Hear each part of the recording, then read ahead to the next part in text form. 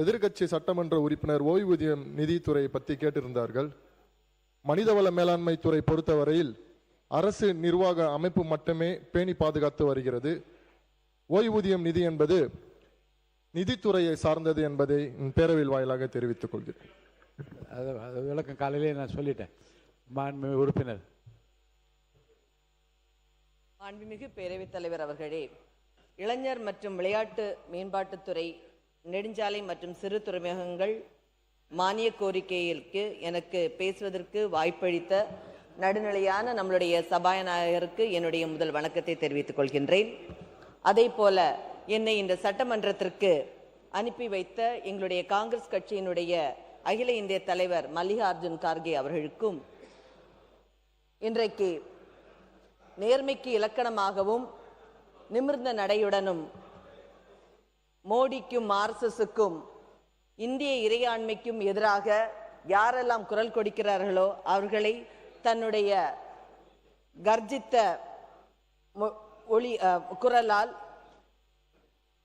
அடக்கி வைக்கக்கூடிய எங்களுடைய மாநிலங்களவை எதிர்க்கட்சி தலைவர் திரு ராகுல் காந்தி அவர்களுக்கும், பெண்களுக்கே எடுத்துக்காட்டாக அரசியலில் பெண்கள் எவ்வாறு இருக்க வேண்டும் என்று முன்மாதிரியாக இருக்கக்கூடிய எங்கள் அன்னை சோனியா காந்தி அவர்களுக்கும், எங்களுடைய மாநில தலைவர் திரு மாணிக்கம் தாகூர் அவர்களுக்கும், என்னை இங்கு மக்களின் குரலாக ஜனநாயகத்தின் மேல் நம்பிக்கை வைத்து என்னை அனுப்பி வைத்த எங்களுடைய குளச்சல் தொகுதி மக்களுக்கும், அதற்காக உழைத்த கூட்டணி கட்சியை சார்ந்த தலைவர்கள் மற்றும் தொண்டர்கள் அனைவருக்கும் என்னுடைய மனமார்ந்த நன்றியை தெரிவித்துக் கொள்கின்றேன்.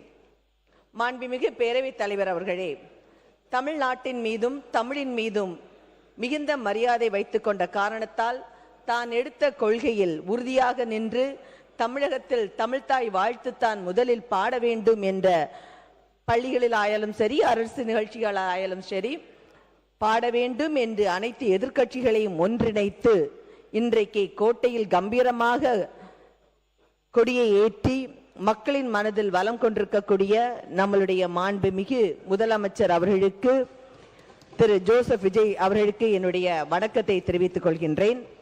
அதே போன்று மாண்புமிகு முதலமைச்சர் அவர்களே, ஆட்சியிலும் அதிகாரத்திலும் பங்கு தந்து கூட்டணி கட்சிகளுக்கு உரிய மரியாதை கொடுத்த எங்களுடைய பெருந்தலைவர் காமராஜரனுடைய ஆட்சியை இன்று, அதே போன்ற ஒரு ஆட்சியை இன்று காங்கிரஸ் கட்சியின் கடைகோடி தொண்டர்கள் அனைவரும் விரும்பிக் கொண்டிருக்கிற நேரத்தில் ஒரு ஸ்பார்க்காக எங்களுக்கு தந்த மாண்புமிகு முதலமைச்சர் அவர்களுக்கு காங்கிரஸ் கட்சியின் சார்பாக எங்களுடைய மனமார்ந்த நன்றியினையும் தெரிவித்துக் கொள்கிறோம்.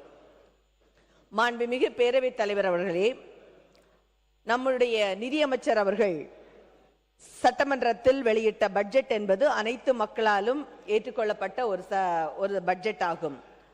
இது ஏழை எளியவருக்கான ஒரு பட்ஜெட். இந்த பட்ஜெட்டை புரட்டி பார்க்கும் பொழுது இந்த நிதி நெருக்கடியிலும் மக்களுக்கு வாக்கு கொடுத்தபடி விவசாய கடன் தள்ளுபடி ஆகட்டும், தாய்மாமன் தங்க மோதிரம் சீராகட்டும், சூப்பர் கிளாஸ் ரூம் திட்டமாகட்டும், 200 யூனிட் கரண்ட் தள்ளுபடி ஆகட்டும், வேலை வாய்ப்பு ஆகட்டும்,